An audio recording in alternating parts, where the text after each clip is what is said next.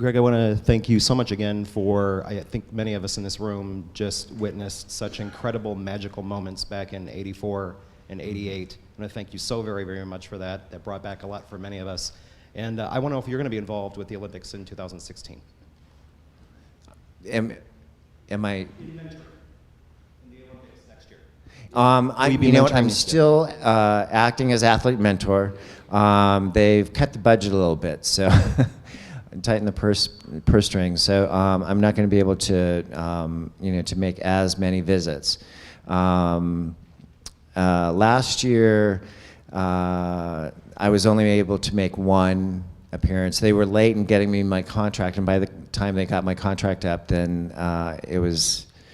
The year was halfway over and my calendar was filled, so I had trouble making that. But I was at the training camp they had a training camp in San Juan, Puerto Rico, and so it was there. Not the most ideal atmosphere to do mentoring, because some of the athletes, it was to choose synchro teams, to help them choose synchro teams, and so it was a little competitive. Some of the athletes didn't have their coaches, but I was just in North Carolina, and I was supposed to be there for the Athletes Advisory Council meeting representing the United States Olympian and Paralympian Association, which I'm one of the VPs on. And so I was standing in for another member who couldn't attend the meeting, and it was in Charlotte, North Carolina. So I called Steve Foley and I said, you know what? USOC is paying my way to North Carolina. Why don't I go to Raleigh? Go to Duke, because we have a young athlete there. Well, actually, we have two.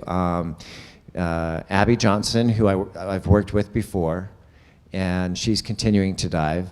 And then we have a young talent, Jordan Wendell, who I've seen since he was 8. And he has an amazing story. And it was funny because when I first met him, when he was 8 years old, my coach's son, Tim O'Brien, was coaching him. And he said, Greg, come here. And I was like, look at this kid.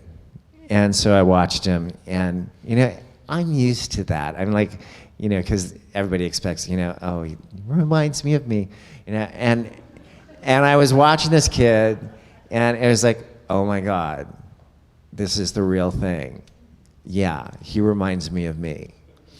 And so then I went back there, and he had a different coach, and he has 2 fathers. He's adopted from Cambodia. His father served in the military, and adopted him. And so, I got to be friends with his fathers. And when I saw him when he was 12 with this other coach who actually was an old ex-teammate of mine. And so I saw so much talent going to waste. I said, you've got to get this kid to the National Training Center, to his dad's. And so I worked it out that he got to the National Training Center. And within 1 year, when he first got there, he could barely do a line-up on 10-meter platform. And then after, within the year, he had learned a front 3.5 pike, back 3.5, reverse 3.5, inward 3.5, back 2.5 with 1.5 twist, and an arm stand twister. So it was a competitive senior list within 1 year. He's now 16.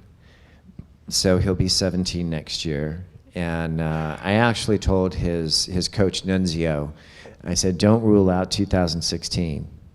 There's definitely a possibility he could do it.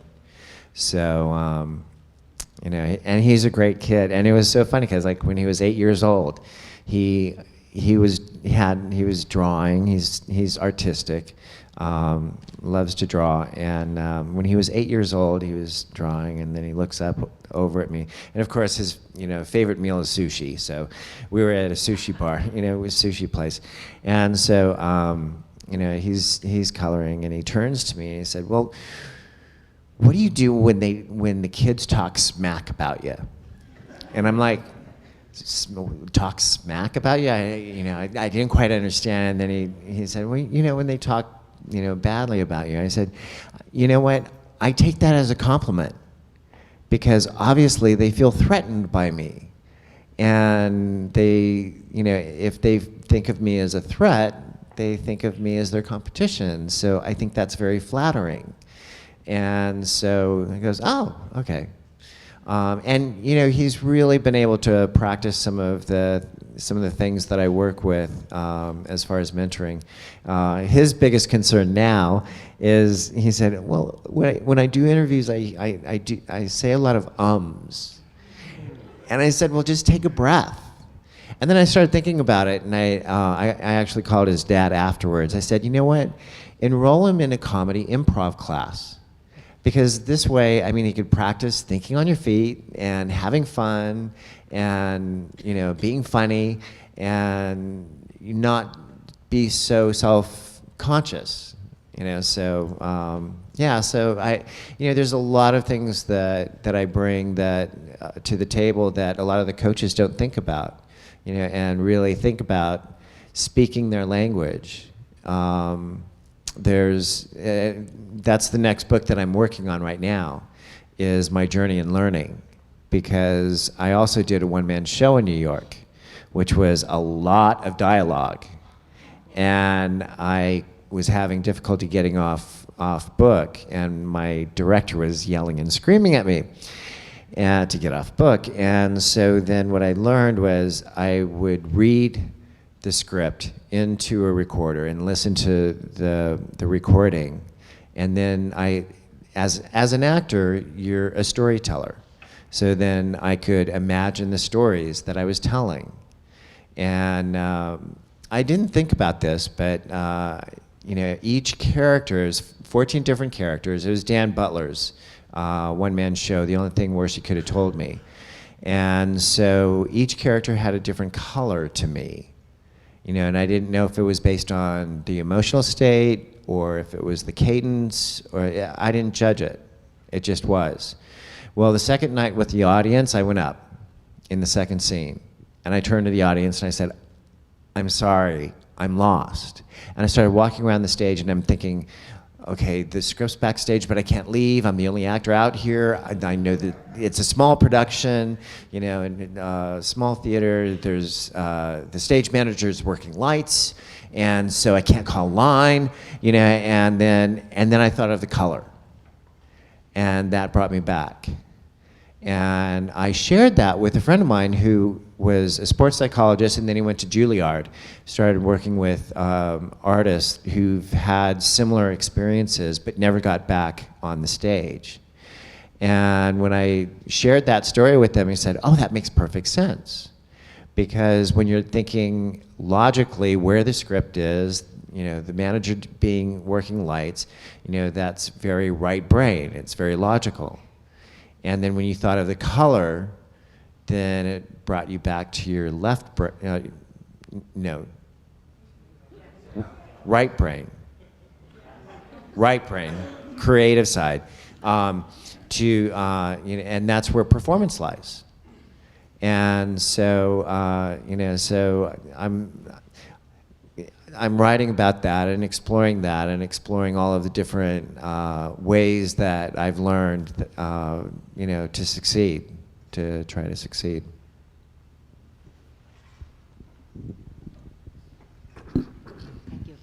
Thank you very much. You've been a big hero to me personally, and to many people here as an American and as an athlete during the Olympics, and then as a gay man who you're coming out in your confession of HIV. I want you to think outside of the box a little bit. I'm going to raise the stakes. If you were a superhero, what would your superpower be? If I was a superhero, what would my superpower be? I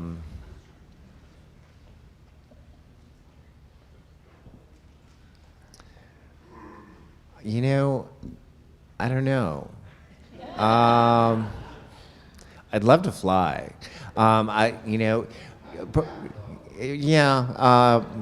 Kinda. It's more like falling. falling very fast and hitting the water really hard.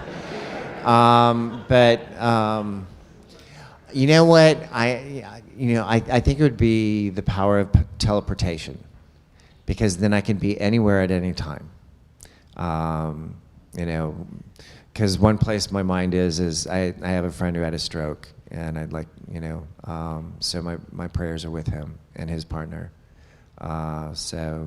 It's those moments in time that, you want to be there for someone. Thank you, Greg.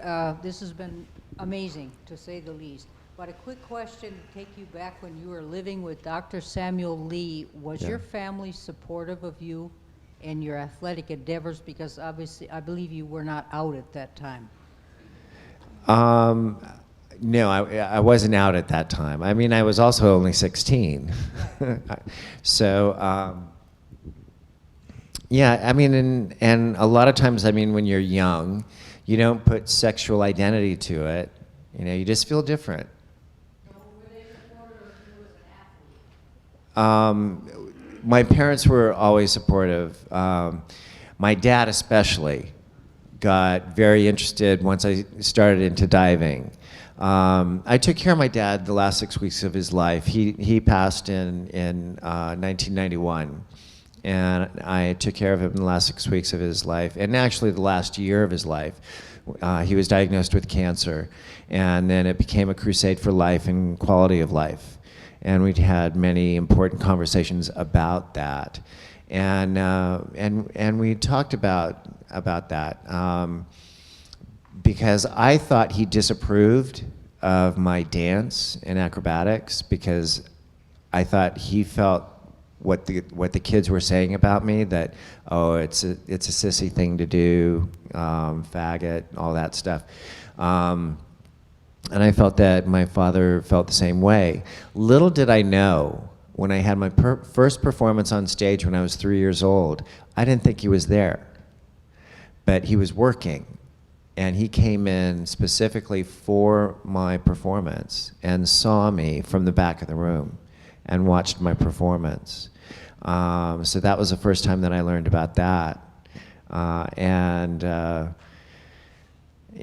It was, he also didn't have parents. He was raised by his grandmother. His parents died when he was quite young.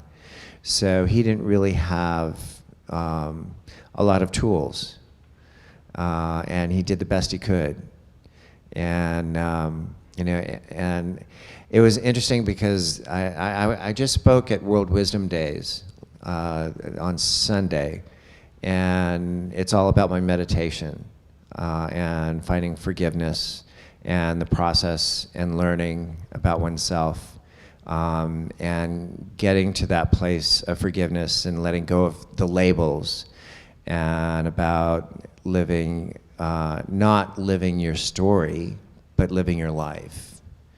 And it was, it really has been a journey through that. And I learned so much in taking care of my dad the last 6 weeks of his life. Initially, I did it because I wanted to be the good son. I wanted that label. And then in time, I realized I did it out of love, that I actually loved this man, and he loved me, because he spoke the truest words that he ever spoke to me. He said that I was doing something for him that he knows that he never could have done for me. And it made me a little sad, but it made me a little proud too. But it was honest, and it was truth.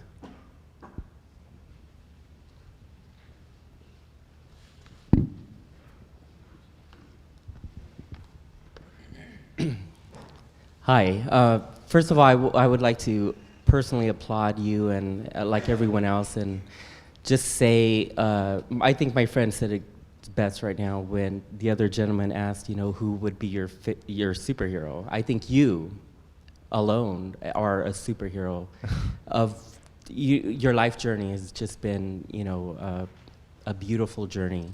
I want to applaud you because, number one, someone like you has definitely paved the way for someone like me who can confidently self-identify as a gay male, and without shame acknowledge that I am too HIV positive, so, and living my life in a healthy way. With all your accolades, being a Olympic gold medalist, and your journey, being an advocate for the LGBTQ community and a voice for HIV/AIDS awareness, what would you say or consider as your greatest accomplishment out of all those, or a culmination of them? Greatest accomplishment. I'd really like to sit down with Putin, and just get to, let him get to know me, so that he realizes, there's nothing to fear here. Hello? We're all human beings, and deserve dignity, and have every right to be who we are. Whether it's LGBT, whether it's, I also served on a panel not too long ago it was Human Rights First in DC, and on that panel was Eli Wolf and Shari Ahmad. Eli, he also serves on the board of the United States Olympian and Paralympian Association. So he's a Paralympian. And then Shari Ahmad is a Pakistani soccer player, plays for Canada, Team Canada, but, and she's very active, and the one thing that I found very important, because I also did a play in Chicago, Just Say No. Larry Kramer called me up. Larry Kramer calls you up and asks you to do his play. You do his play. So he asked me to play Junior, and so I said, sure, I'll do your play. And then they said, oh, we're going to have a photo shoot. And I said, okay, to promote the play, this little play in Chicago. And so then somebody says, oh, this is going to be on the cover of, I can't remember if it was Advocate or Out. And I said, on the cover? Why would it be on the cover? And I'm thinking, oh my God, the Nancy Reagan character must be like some bull dyke or something, and everybody's like, have you met Alexandra? Have you met Alexandra? I'm like, no, I haven't met Alexandra yet. And then I met Alexandra, and she's this incredible transgender person. And it was funny because Larry and I had a lot of fun with her. She's very open about her addiction, and also that she's married, and she's married to a woman. And of course, Larry is like, okay, wait a minute. You were with men before, and then you had this sex change, and then you got a sex change to be a lesbian, and it's like, it was amazing, and to see Transcendent, that she's a part of, do so well and get recognized at the Golden Globes was really, really gratifying, because I'm a gay man. I'm not a lesbian. I'm not a transgender. I'm not bi. So, who am I to speak on that? And we're supposed to be a community.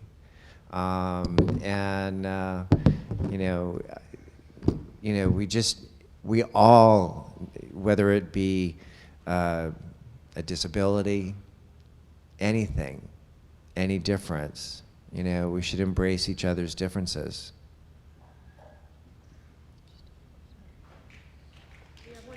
One more question.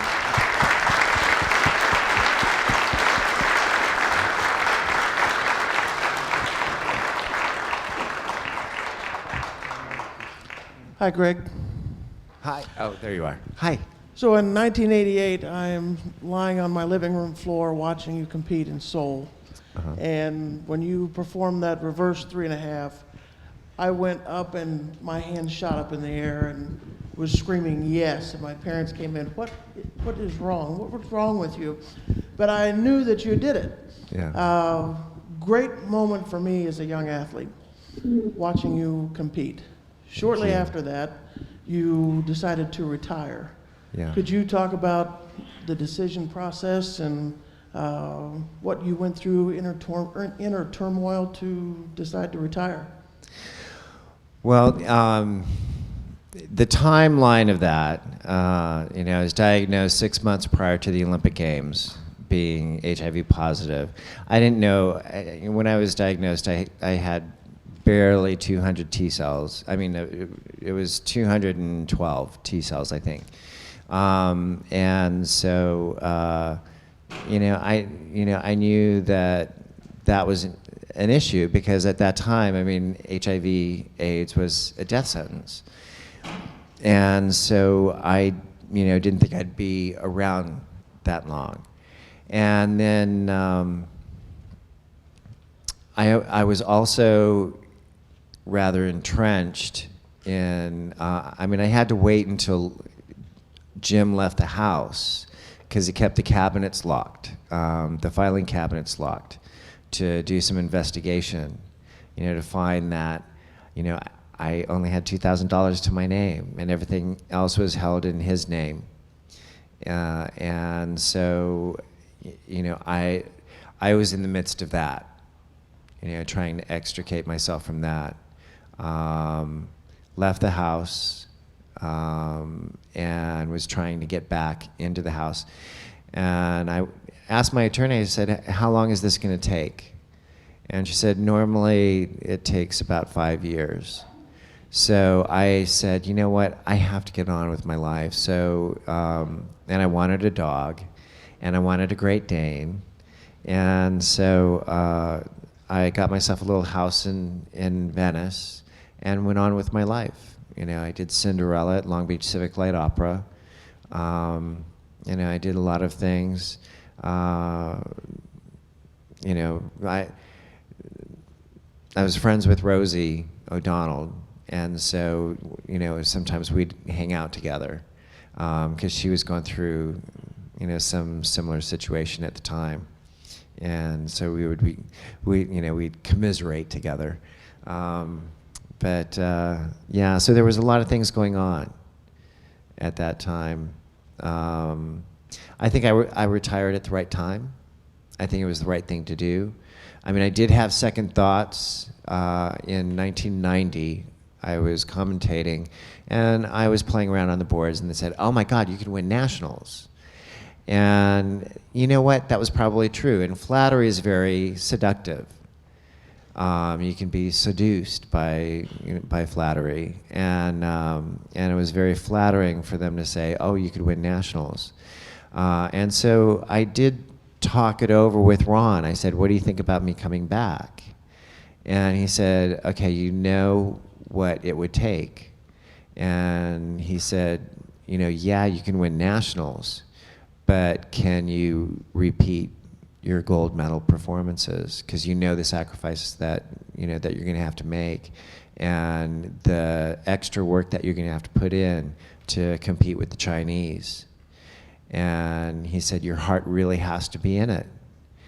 And he said, "You have to be true to yourself and be honest with yourself. Is your heart in it?" And my response was, no. I was doing it out of lack of anything else better to do. And so I didn't make a comeback. And I think I did the right thing.